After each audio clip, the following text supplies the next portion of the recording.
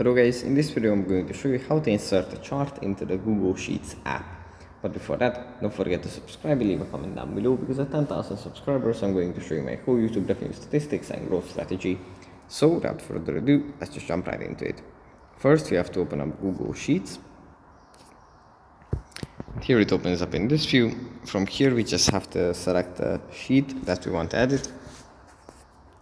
And here we just tap on one of the cells where we want our chart to be.